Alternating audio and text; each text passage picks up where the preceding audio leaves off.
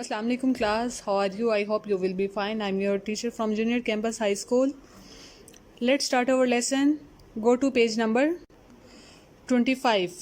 In your previous lecture, you learned about what is a direct object. तो class direct object वो था जो हमें एक स्टेटमेंट में वर्ड का आंसर देता था. अब हम पढ़ेंगे व्हाट इज़ इनडायरेक्ट ऑब्जेक्ट. वो वर्ड जो हमें वर्ड का आंसर ना दे वो इनडायरेक्ट ऑब्जेक्ट कहलाता है. Here is the first one. Now look at this sentences. My father gave the book to me. आप देखेंगे इसमें डायरेक्ट ऑब्जेक्ट क्या है हमारे पास, to me. Here the subject is my father, the verb is gave, the direct object is the book and the indirect object is me. Okay,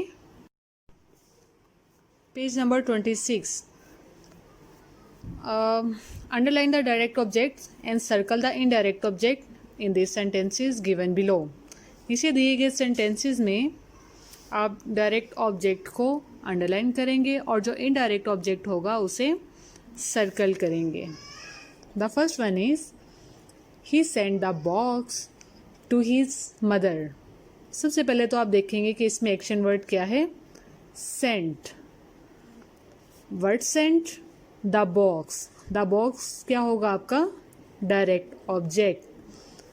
to his mother, to his mother क्या होगा आपका indirect object. ठीक है. The next one is she found a present for her husband. What is the action word is found and word found a present. A present is direct object and indirect object is for her husband. Okay. The next one is the man bought a carpet for himself. What is action word is bought and word bought a carpet. A carpet is direct object and for him is himself is indirect object. Moise threw the ball to his brother. What is the action word is threw and what threw, the ball. The ball is direct object. To his mother is indirect. To his brother is indirect object. He gave the balloons to the children. The balloon is direct object. To the children is indirect object. Our next topic is the use of still. Still means कोई भी काम हम अभी भी कर रहे हों तो हम वहाँ पे क्या यूज़ करते हैं, still यूज़ करते हैं. जैसे first one example is I told him to be quiet. मैंने उसे कहा कि खामोश हो जाओ, बट लेकिन ही इज़ स्टिल शाउटिंग. लेकिन वो तो अभी तक चिल्ला रहा है. ठीक है. Match the following and write them in the spaces provided. I told him to get up.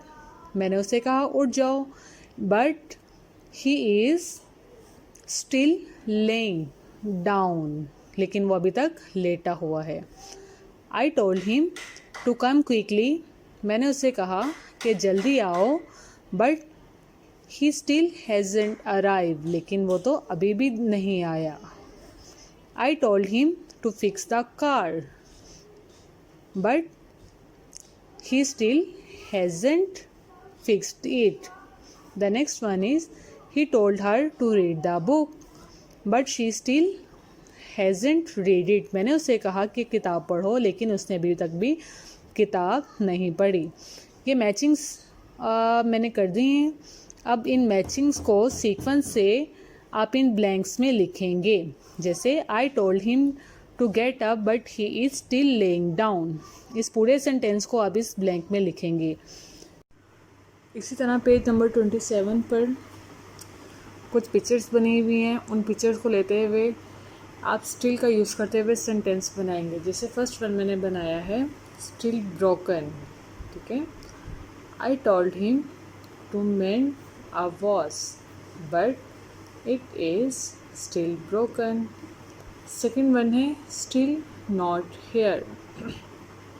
I have been waiting for him but he is still not here. Third one है स्टिल टॉकिंग।